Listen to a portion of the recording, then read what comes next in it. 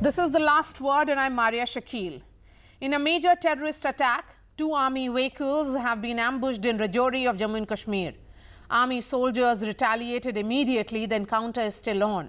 So far, 3 soldiers have lost their lives and 3 have been injured. This is second attack on the army in this region in less than 1 month. There are reports of heavy firing following the ambush as reinforcement has been rushed to the area to neutralize the attackers. Sources say the army vehicles were ambushed at Thana Mandi in Rajouri, while troops repulsed in the attack. Last month, soldiers, including 2 captains, were killed during the ambush after army and its special forces launched an anti-terrorist operation in Kalakot area of Rajouri. The region has become a hotbed for terrorists and site of major attacks on the army over the last few years. In fact, in April-May this year, 10 soldiers were killed in twin attacks in Rajouri-Poonch area. Rajouri-Poonch of Pir Panjal was largely free of terrorism since 2003, but terrorism reappeared here in 2021, leading to frequent encounters in this region. In the last 2 years, more than 35 army troopers have been killed during encounters with terrorists in this area. Lieutenant General Ata Hasnain is joining us. We also have Nazir, my colleague, who's joining me from Srinagar. Nazir, what's the latest on encounter? Well, it is as part of the relentless operations by the army which it has launched in these areas, which is a very, very difficult terrain. And army in this ambush has lost 3 soldiers and 3 more have been injured, though there are reports that there could be more casualties, but we are waiting for the army's confirmation. Firing has stopped and it appears that army may resume the operation tomorrow morning, because during the night carrying out operation is a very, very risky task. But the way it has happened, it is clear now the theater of militancy has shifted from the plains of the valley to the mountains of Pir Panjal. And Pakistan is pushing more and more terrorists into this area, taking advantage of the situation, given the fact that a large number of troops were moved from this area to Ladakh after Galwan incident in 2020. After that, we have seen in 2021, there was the first major encounter in which 5 soldiers were killed in October 2021. That was followed by another encounter, 5 more soldiers were killed. Then come to April this year, 5 soldiers were killed in an attack, in an ambush, similar ambush in the same area. That was followed by a major operation by the special forces, but special forces lost 5 soldiers on May 5. And in November 22nd, last month, 5 more soldiers, including 2 captains, lost their life in their fight against militancy. What is more really chilling, that the Army Northern Command Chief, Lieutenant General Upendra Dwivedi has said after last month's attack, there are 20 to 25 foreign terrorists operating in this area. Really very, very disturbing, because this area was free from militancy since 2003 to 2021. And now this becoming a hotbed of militancy is really a huge challenge for the army. Another important thing is that if you the gypsy you see in the visuals, it is a bulletproof gypsy, and it has been targeted apparently with the steel core bullets, which now the terrorists have been using in this particular area to target the bulletproof vehicles. And there have been soldiers who have been injured. Immediately, ambulances were rushed to the area. Reinforcement has been rushed to the area to track down the attackers, but the dense forest and the difficult terrain provides them a perfect shelter. So we see a clear pattern. On one hand, there's ceasefire since last 2.5 years along the line of control, but under the garb of ceasefire, we see Pakistan pushing more militants, particularly in this area in Pir Panjal, making it the worst militancy theater in the area. And if you just count the number of attacks this year, casualties of army has suffered is very, very high. It's a long list of casualty in this particular region. General Hasnain, why is Rajouri-Poonch seeing this increase in terror? See, Maria, first of all, thank you for inviting me for your program. And I largely agree with what Nazir has said. Nazir is an old friend of mine. We normally tend to agree with most of our assessments, I find. But let me make this a little more militarily oriented as such. He's absolutely right when he says that militancy, terrorism from the plains of the valley has been virtually wiped out and has pushed it into the Pir Panjal belt. Now, in the Pir Panjal belt, this side, the southern belt, seems to be much more conducive to terrorist hideouts because it is very, very badly broken, this area, this terrain. Lots and lots of forested cover here. As you go along into the winter, this forested cover does recede, but otherwise there is a huge amount of forested cover here. The distance from the line of control to this area is comparatively much shorter than what the distance is in the case of the Kashmir Valley, where if you have to operate, if you have to infiltrate, you will have to go through 3, 4, 5 layers of army deployment. So this is a far simpler area to operate in terms of the shorter distances to the areas where these operations are going on. Okay. Nazir is correct that we have moved a segment of troops from here to Ladakh. Some other troops have moved out in the earlier years when this area became much more normalized. But now it seems that the other side from Pakistan, they are finding that to retain their relevance, it is far easier to operate in this area than it is to operate in the Kashmir Valley. Where Kashmir Valley is flush with troops, there are a large number of Rashtra Rifle units out there, and it's far easier to perhaps operate there compared to this area. So the army will have to find new ways.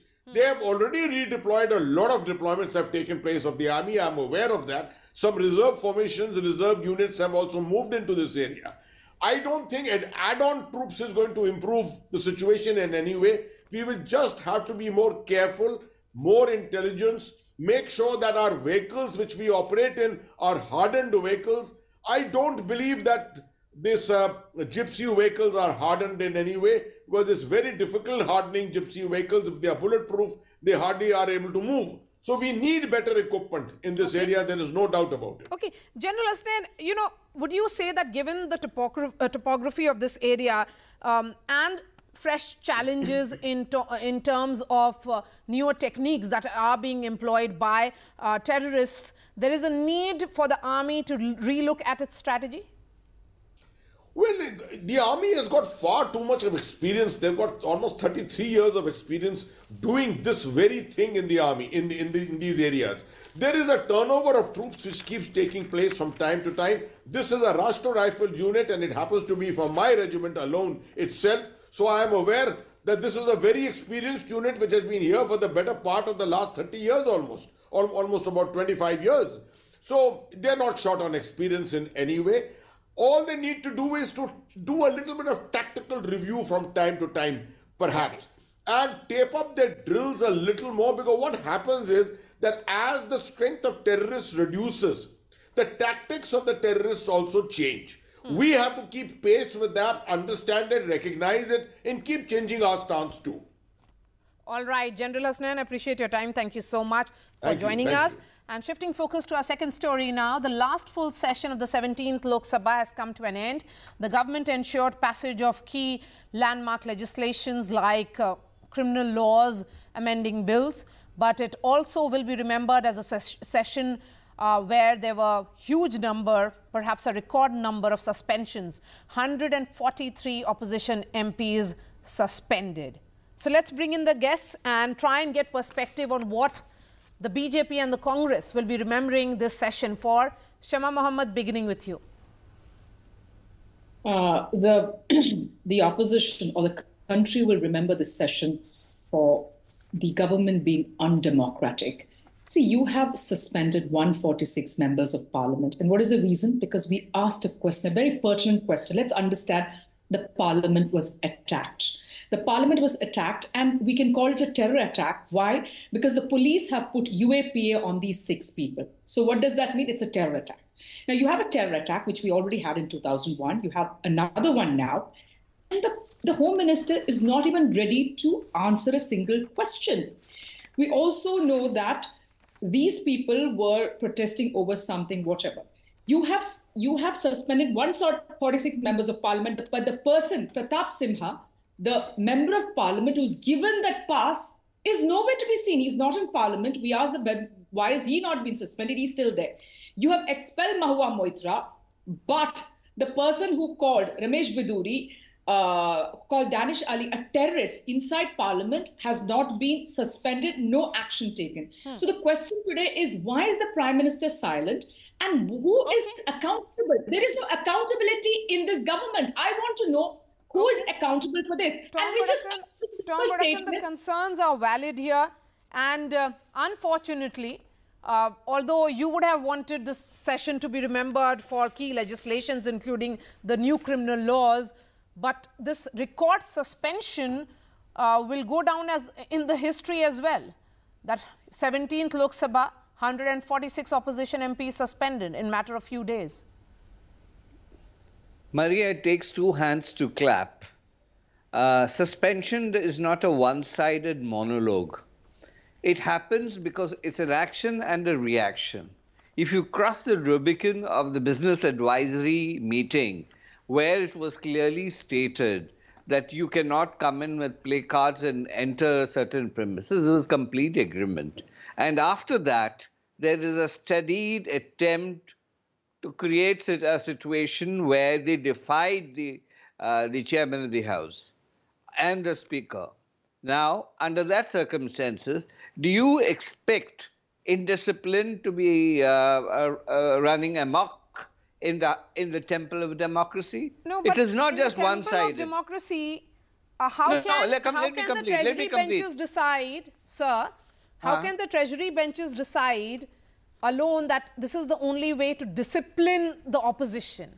You had key legislations let me complete. Which required, elaborate discussions and debate. Did that happen? But Maria, I'm asking you a question. How do you expect that the Business Advisory Committee, all leaders of the opposition parties were there, and it was agreed upon that they will not carry placards and create a situation where they have to be removed? Now, if you create a situation like that, do you expect the chairman, the speaker, to sit idle on a promise that was made at the Business Advisory Committee? But tell me, would you have not wanted some more discussions on the criminal law bills and the telecommunication bill? We certainly wanted all that. Healthy democracy? We certainly wanted that. But did we get an opportunity? They created a ruckus and they continued doing this ruckus. If they wanted a Guinness Book of Record of people being suspended, so be it. Shama, all this may have been great has the opposition got the pulse of the people right. I'm not too sure if the first event of a united opposition bloc should be to protest against the suspension of MPs, because that will not resonate with the public of India. No, listen to me, Maria. What is the protest for? Because why were they suspended? The protest is for we cannot ask a parliament, the temple of democracy, the most secure place has been attacked. And why there were no placards on the first day when the MPs came in. They said we need a statement from the Home Minister. The Home Minister not only is supposed to speak in Parliament, he's speaking to the nation, because we are worried when the Parliament can be attacked, any place in India can be attacked. And already there is high security. We've got a new building. They said there are cameras. In 2001, it was attacked. So our question was, just give us a statement. Now, my question today is, the Home Minister speaks outside to a TV channel, gives an interview. The Prime Minister speaks to Dainik Bhaskar. So they can't speak in Parliament. Isn't it the duty of the opposition to ask questions? And let's go back to 2010, 11, 12. What was Sushma Swaraj and Arun Jaitley doing? They clearly said that it is important in democracy to do this.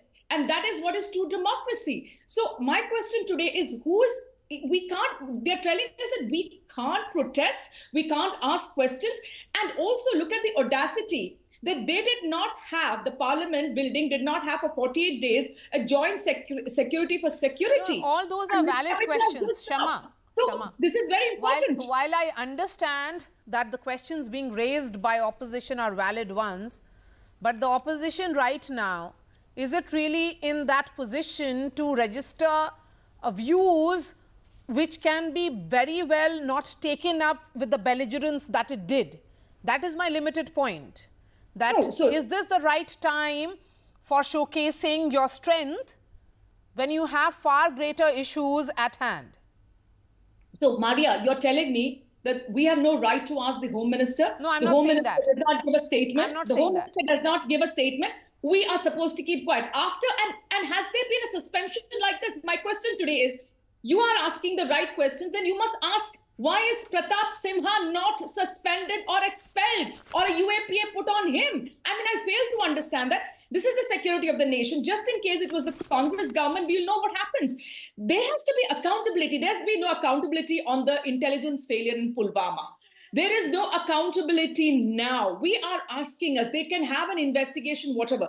The Home Minister can come and say, you know what, we are looking into it very firmly, very deeply. We want everything right. We don't know how the security lapsed. Should not have happened because we also had a threat from the US, from Panoon. And I cannot understand when such a threat happened.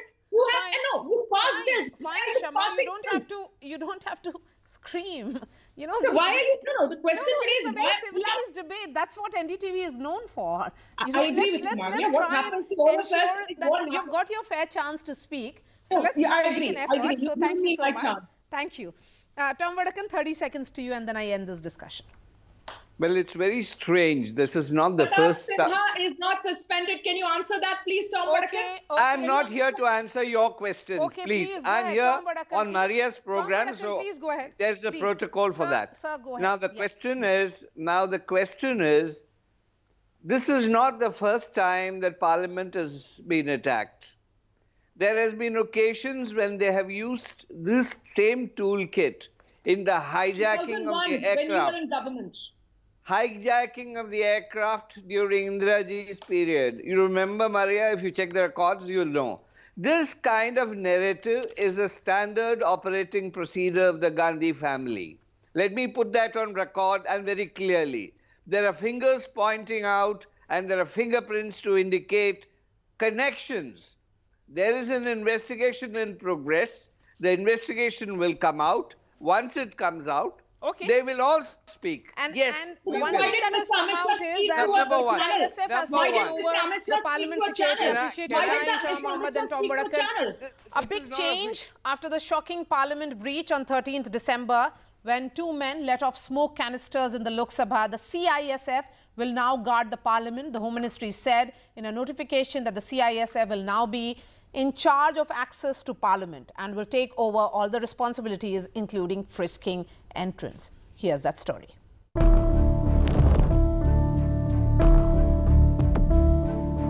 Shocked by this massive security lapse, the centre has now engaged the Central Industrial Security Force, or CISF, for security of Parliament. The CISF is currently responsible for security of all Union Government Ministry buildings, nuclear and aerospace installations, civil airports and the Delhi Metro. It will now handle the comprehensive security of the new Parliament building complex. After that violation which happened, the security breach, we can see increased police presence in and around the Parliament of India. There are multiple barricades which have been put up as well. Now, in order to ensure that the entire Parliament premises, which is a new building of Parliament, is foolproof, this mechanism is being put in place. Of course, there will be a survey which will be conducted by CISF first, and thereafter the government going ahead and engaging with CISF in handing over the Parliament security. On the 13th of December, the 22nd anniversary of the attack on Parliament, two men, Sagar Sharma and Manoranjan D, jumped into the Lok Sabha chamber from the visitors' gallery, setting off yellow smoke canisters and shouting slogans before being overpowered by some MPs and the watch and ward staff.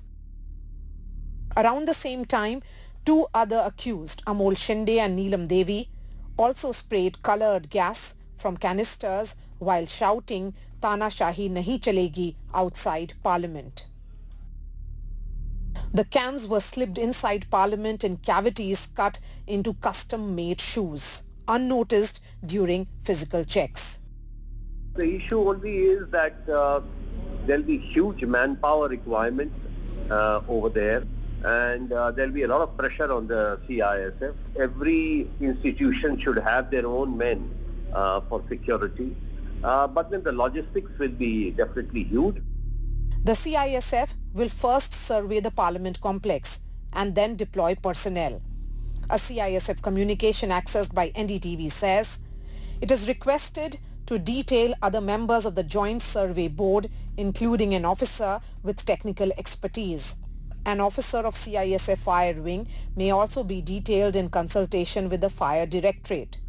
The Survey Board may be directed to conduct the survey instructions, guidelines issued from time to time on conducting surveys in association with representatives of the Parliament Secretariat.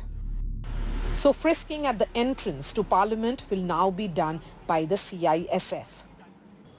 The change is an attempt to streamline protocols and end jurisdiction confusion of various agencies. Remember, a multi-agency probe was ordered following the security breach. With Neeta Sharma in New Delhi, this is Maria Shakil for NDTV.